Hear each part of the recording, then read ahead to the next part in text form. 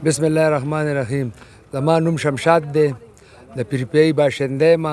دا د شختپور بابا ادیره چې کوم ده دا وقف ادیره ده. زموږ د کلي یو ابۍ وه، د هغې وقف کړې وه او د 2001 نه په دې باندې زموږ کیسونه مصري خان سره روان دي. مصري خان پکې وفات هم شو، اوس د هغه زوی دی. هغه لږي د زموږ د مقبرې د ځمکه لګیا دی، خرڅی یې موږ پې کله پېشټېډر راوالو، کله ورسره بلف راولو، چټونه هم ورشي او د هغې باوجود هم هغه دا کار کوي.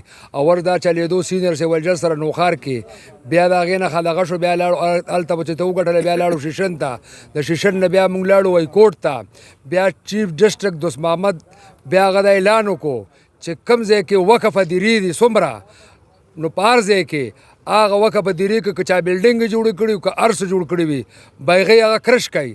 دلته کې هم دا کورونه 18 کور و، هغه ټیمې والا راغله او هغه یې کرش کړو. د هغې نه باوجود بیا موږ لاړو سپریم کورټ ته.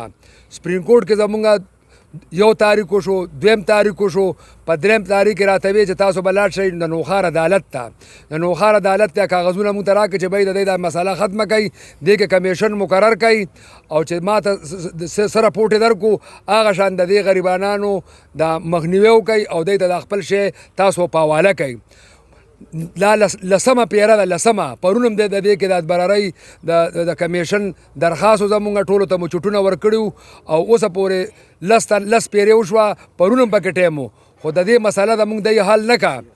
زموږ دا خواست دی موږ سره د داخلو تاڼې والا پولیس والا موږ سره ډېر امداد کوي په دې کې، نه پکې چټ ورته وړو، نه خو موږ ته لکه دیره کې خاوره اچوي، پولیس والا راشي دلته کې او هغه شی موږ ته بند کړي، څوک پکې لارې پخوي، په دې باندې جنګ جګړې هر څه کېږي.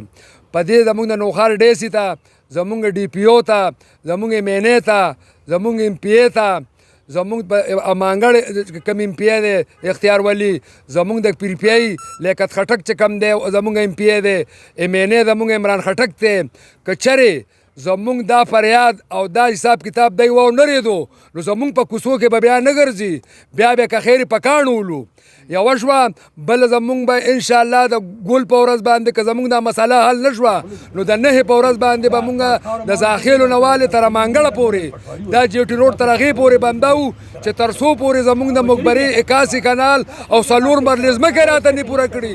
دا تحصیلدار غل دی، پټواري غل دی، AC غل دی، د ځمکې خرڅه کې نیمې پیسې هغوی والي او نیمې پیسې دی ته ورکړي. وسلام. اسیب بھائی ستا ډېره مننه چې ته راغې د مقبرې ته د امانګړ دی له موږ DC صاحب نه دا خواست کوو چې تاسو راشئ خپله او دا ځای وګورئ، دا موقع وګورئ، دا کومه ځمکه چې وقف شوې ده او دې کې اوس څومره پاتې ده، څومره خلکو پکې خرڅون وکړو، څومره پکې خلکو کورونه جوړ کړه. دا 6 کناله ځای دی، اسیب بھائی دا ځای پکې راوله.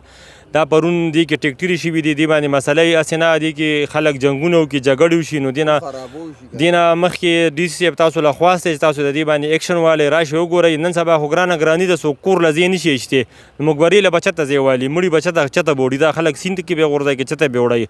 دا به اوس سبا دا ورسره خوا کې ځای دی، سبا به دې کې هم ټیکټرې وشي، دې کې به هم خلک کورونه جوړ کړي.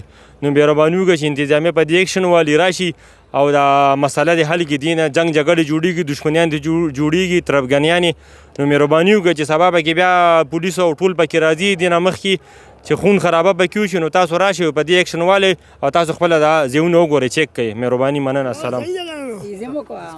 بسم الله الرحمن الرحیم. زما ټول له دوا سلام دی، مشرانو که سلام الله.